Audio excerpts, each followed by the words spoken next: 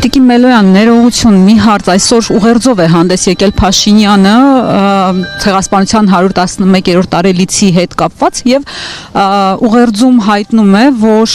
մենք արդեն հասկացել ենք, որ չպետք է հայոց ցեղասպանության հարցը դառնա միջազգային խաղացողների համար, այսպես իրար դեմ պայքարի միջոց, մեջբերում է Գիտությունների ազգային ակադեմիայի հատորյակից մի հատված, ըստ որի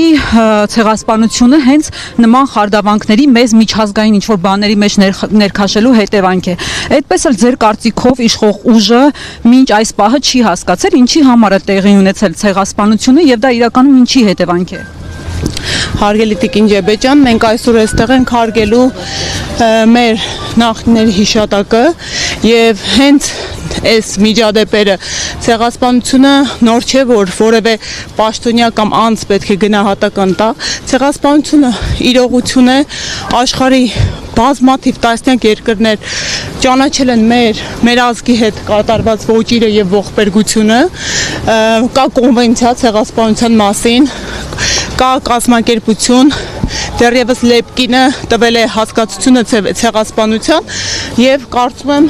Նիկոլ Փաշինյանը չէ, հա, որ պետք է այս հազարամյա պատմության կներեք հարյուրավոր արդեն 111-րդ տարելիցն է եւ տասնյակ տարիների գիտական ուսումնասիրությունների փաստերով արձանագրված այս ոճիրին նոր նրբերանգներ տա։ Սա գիտականորեն ու փաստահեն իրողություն է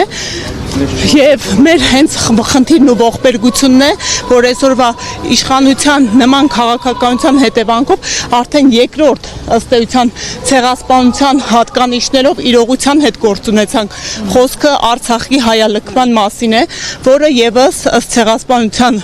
կենտրոնի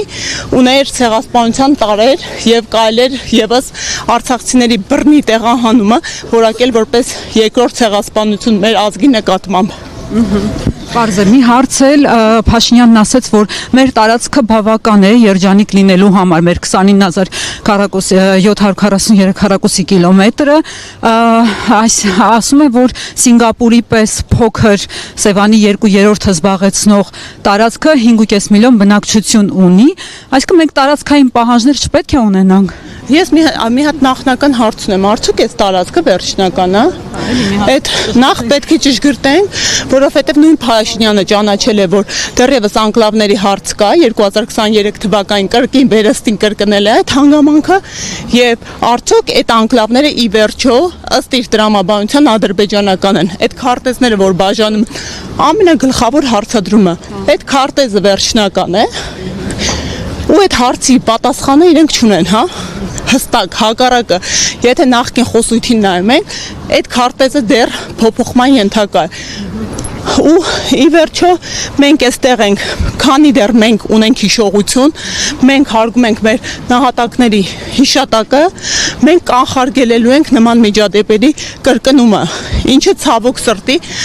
պատմական ողբերգության ականատես եղանք եւ մենք այն չափահաս